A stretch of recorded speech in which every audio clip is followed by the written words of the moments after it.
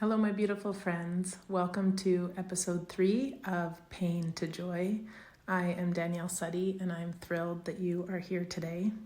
I continue to be so thankful from my whole heart that people are listening and following. I've noticed on Spotify, some people have started to follow the podcast and rate the podcast, which is very exciting. So thank you for that. If you want to read more about what I share on my social media accounts, you can find me at Danielle Suddy on Facebook and Danielle.Suddy on Instagram, or you can always email me, dksuddy@yahoo.ca. I thought I would strike while the iron is hot. I was listening to a podcast and I had a whole bunch of thoughts that I started writing down and things coming to me and feeling very inspired the last few days after spending time with family. And something that just came to me as I was washing my face and brushing my teeth was this poster that I used to have in my classroom. So I was a high school, predominantly language teacher. I used to teach high school Spanish and French. I also did teach foods, which was basic cooking, kitchen skills, and a few other things. But I really did love teaching languages.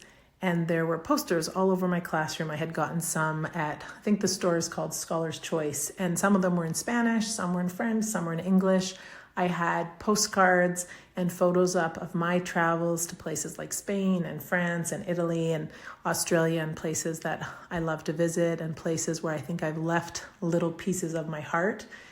And as I was just in the bathroom brushing my teeth, one of the posters I thought of was, there was one in Spanish that said, "Tú puedes," like you can. But there was one in English that said, "It only takes one person to change your life. That's you."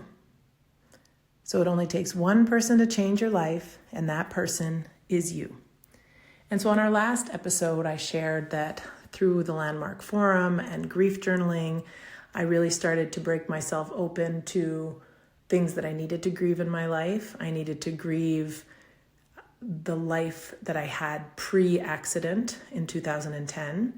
I also was married until 2009, and I don't know that I had fully and deeply, completely grieved that chapter of my life, and this idea of needing and wanting to grieve the life that I thought that I would have. And so as that broke me open to being more honest with myself, telling the truth, not only to others, but to myself about how I was really feeling and what I truly wanted in life, that was the piece where I started to become more self-aware. For example, it's 2024 right now.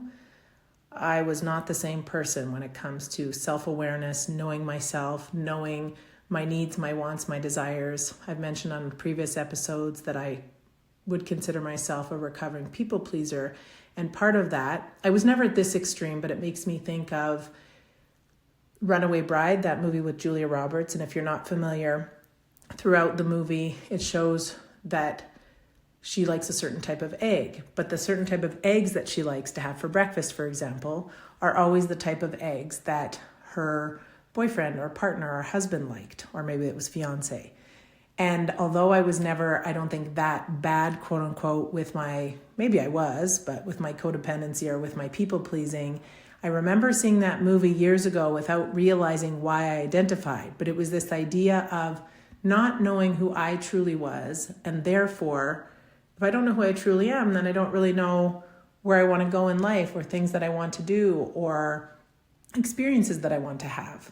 And although I had had some beautiful experiences up until that point, I think they were wrapped up in relationships with others, in wanting to make sure everyone else around me was happy. And so going back to that poster on the wall of it only takes one person to change your life, and that person is you, after I moved through the grief, and still will move through grief as it pops up, because those waves throughout our lives for different reasons, from different things that we're grieving, can continue to rise up and need to be looked at and felt and healed. From that healing of the grief, I was able to look more deeply at myself and be more honest with myself and start to take my power back. And so as much as I believe there are angels in our lives. I believe that although we are the ones that need to take action if we want to become unstuck, if we want to change our lives, there are angels, we have friends, maybe people we met once who may make a suggestion that we should read this book or go and see a certain therapist or try somatic breath work or do something that is going to open us up to feel more deeply, to know ourselves more. I believe there are those angels out there. And so for me, the angels were friends of mine who stuck by me, who have still stuck by me every step of the way, and I am eternally thankful. My friend Chris, who suggested the Landmark Forum, which I mentioned in episode 2, my physio Debbie, who talked about grief journaling, which I mentioned in episode 2, all of those things that I was able to participate in because of these angels in my life, I still had to choose to do them. And I still had to get a journal and take out a pen and take out a piece of paper and do that grief journaling every day. And so I give so much thanks for the people who have shown up for me. And then I remember to give thanks to myself along this journey for finally showing up for myself. And I know that we can all, I think, always do a better job of showing up for ourselves. I can do a better job of showing up for others. I know this weekend I spent time with family and there were so many connected, wonderful times. And there were other moments where I felt like I could have been better. I know there's that joke or saying, if you think you're Zen, spend 5 minutes or a week with your family. And I love my family and I had wonderful, wonderful times, but I could still show up and be better and do better. And I think that we can always do better at showing up for others and also showing up for ourselves. But when I say that, that feels like a lot of pressure. And so my intention was sharing about the poster on the wall and saying that there's only one person in your life that can change your life, and that's you. How do you do that, right? How do you change your life? Especially if you're feeling stuck or bogged down or you feel like you have no idea where to start. And a great place to start, well, first was the grief journaling and doing something like the Landmark Forum where you're going to uncover things that you didn't know about yourself, that you didn't know were holding you back. That could be counseling, that could be therapy, that could be going to somatic breath work, working one-on-one with maybe a life coach, someone who is going to help you take the time and help you focus time on who you are and what you want and need. But it's baby steps. It's teeny tiny baby steps. I think sometimes we see someone's transformational journey or success story and we think, wow, that just did all these things and they got there and it was amazing. No, that incredible musician that you're watching or listening to or going to their concerts, they maybe started playing the guitar when they were 5 years old, and then they took lessons, and then they were in a band, and then they were in another band, and then they jammed and practiced every weekend, and they were fiddling on their guitar every evening just to practice and just to get everything just right. But it's baby steps. And I think that sometimes, especially in today's world, where everything is so instantaneous, which is wild to me. So I'm 45 years old. I grew up with what was that called? We didn't have them in our house, but the Encyclopedia Britannica. I'm still sad that we don't have encyclopedias that are paper volumes, big, thick books, hardcover on a shelf. I get it. I understand that the information changes too quickly now. We did have our own set of really old school encyclopedias, which that information probably was outdated. And I loved that. If you needed to find information, you opened up an encyclopedia, you looked in a book. Oh my goodness gracious. When I was a language teacher, my students would often say to me, oh, señorita, what is this word in this language? And I, at one point, because I was so over it, and I said it very kindly with a smile on my face, but I stood up, I turned myself around, I said, do I look like a dictionary? And they're like, oh, no, lo siento, señorita, lo siento. We're sorry, miss. But then very quickly, technology came in because I had started teaching English as a foreign language and French in other countries. But by the time I was a certified teacher here in Calgary, Alberta, that was 2007. Technology was booming more and more and more. And so students would quickly go to a translator. And I get the value of that. I think it's amazing, especially if you're traveling. There are so many apps now where you can quickly get information. You're in a taxi, you're in an Uber. People feel much more comfortable with the technology. I know that that's wonderful for many reasons. But there was a magic and a romance in using a dictionary to get to know someone. When I was younger and I first met the person I ended up marrying, I was living in Trois-Rivières, Quebec. It's a city that's between Montreal and Quebec City in Quebec, the province in Canada. And I was going to the University of Trois-Rivières.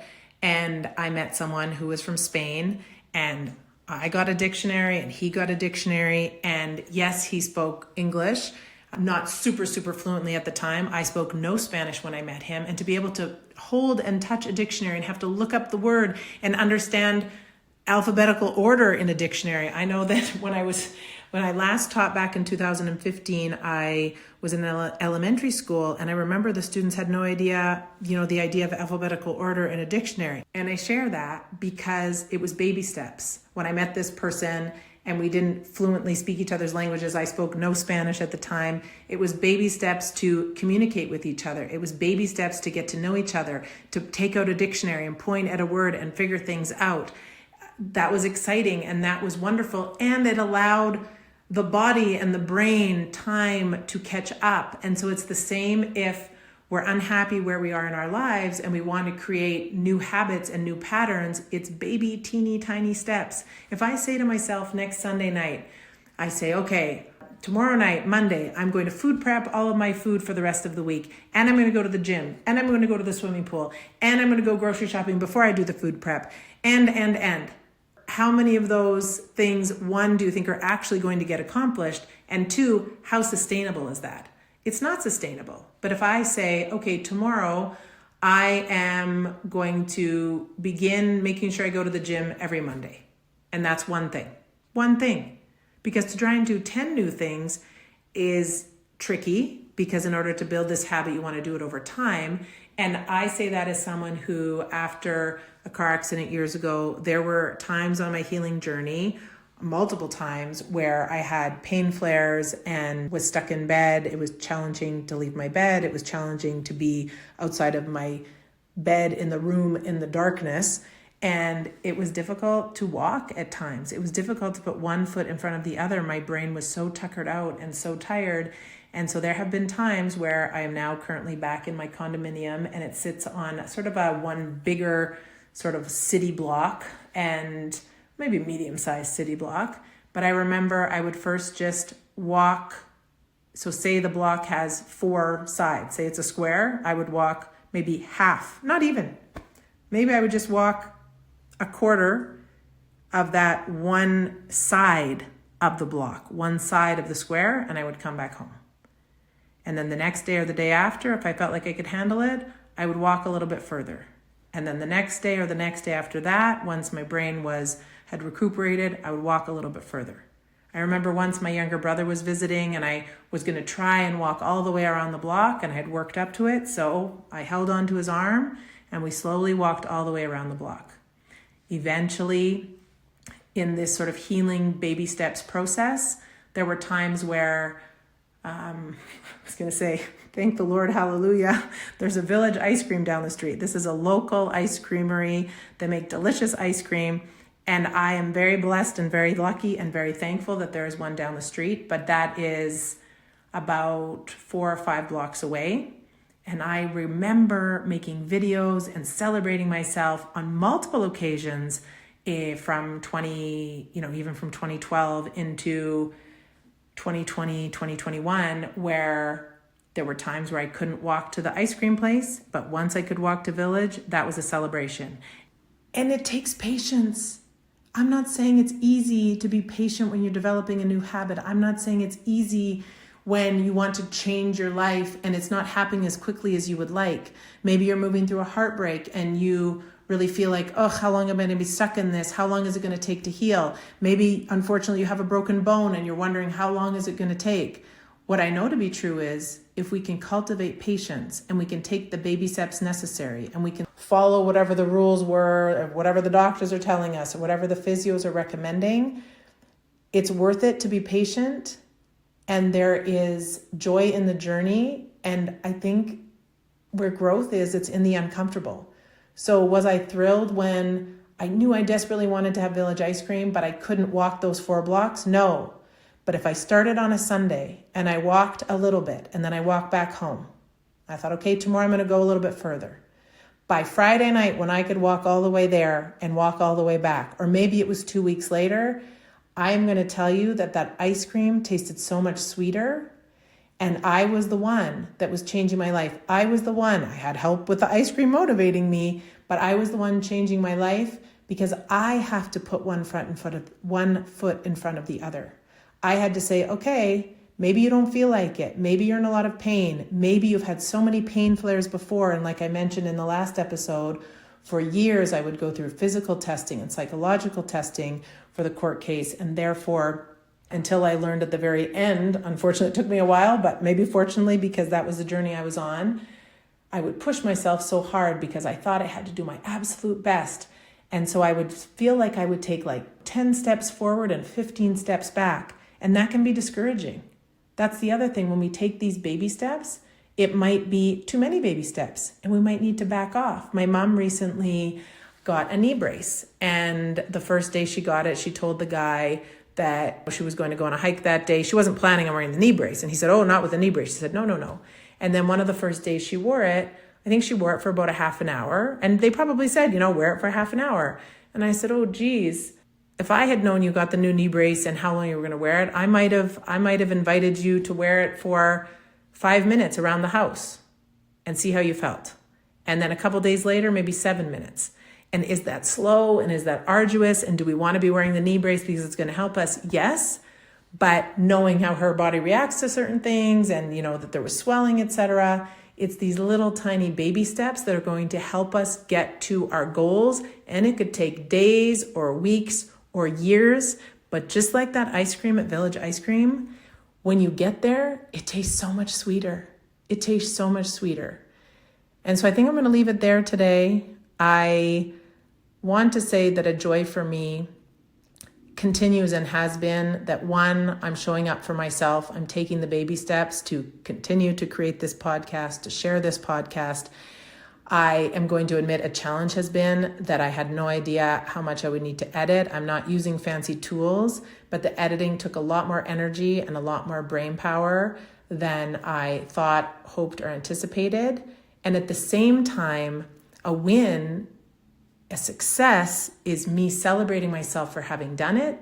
It's me celebrating myself for saying, okay, that was a little more tricky than you thought. Maybe you need to make the podcast on a Wednesday or Thursday and then take, 20 minutes here or there, baby steps or less, to edit it and get it out on Monday morning, which was my intention. And this week it didn't get out until Tuesday, and that's okay. I will admit that I probably should have rested my brain more and taken more time and released it on Wednesday. Nobody out there was saying, give me a podcast on Monday. It's just that I listen to Armchair Expert with Dax Shepard and Monica Padman. I'll listen to Smartless. I'll listen to a few other podcasts. And I get so excited when it's Monday. I think, oh, there's a new episode out on Monday. And so I thought in my mind, I'm going to be sure to get mine out on Monday. But I extended grace and kindness and compassion to myself.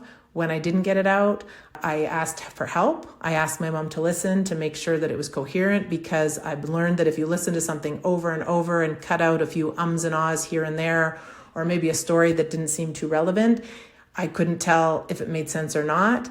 I am celebrating the win of doing it. I'm celebrating the win of putting it out there, imperfectly perfect as I am, as we all are. And as much as I haven't gone into the science of habits today, I just want to remind you that you are capable of changing your life. You are able, you can do it, you can change your life, but it's up to you to take those steps. And thank goodness for the angels in our lives that support us, that point us in the right direction. Sometimes they nudge us and they nudge us again. And I actually was just thinking about how years ago, and this is something I guess maybe we'll talk about now, even though I was going to maybe end, we're just going to go with the flow. Years ago, when I was living in Melbourne, Australia, it was a few months after the accident, and I had 3 people on 3 separate occasions mention to me a book called The Artist's Way. And now in this moment, author's name is eluding me. I will put it in the podcast notes. And I have not read the entire book. I've seen the book before. I think I've rifled through it, but on 3 different occasions within maybe less than a week's time, people recommended that I do something called stream of consciousness journaling. So that's actually something I started way before my gratitude practice, way before meditation, way before the grief journaling, and thank goodness for that. So every morning I would get up and I would journal 3 pages, and then I would stop.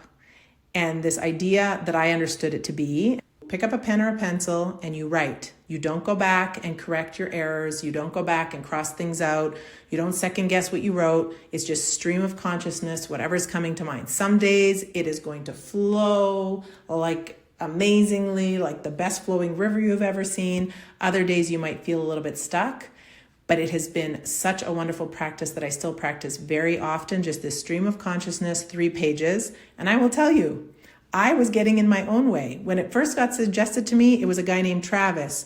I remember we were eating at this restaurant. I was in Melbourne and I was thinking like, how big does my journal have to be? What if the pages are big? What if the pages are small? Oh my goodness, who cares? So I didn't do it.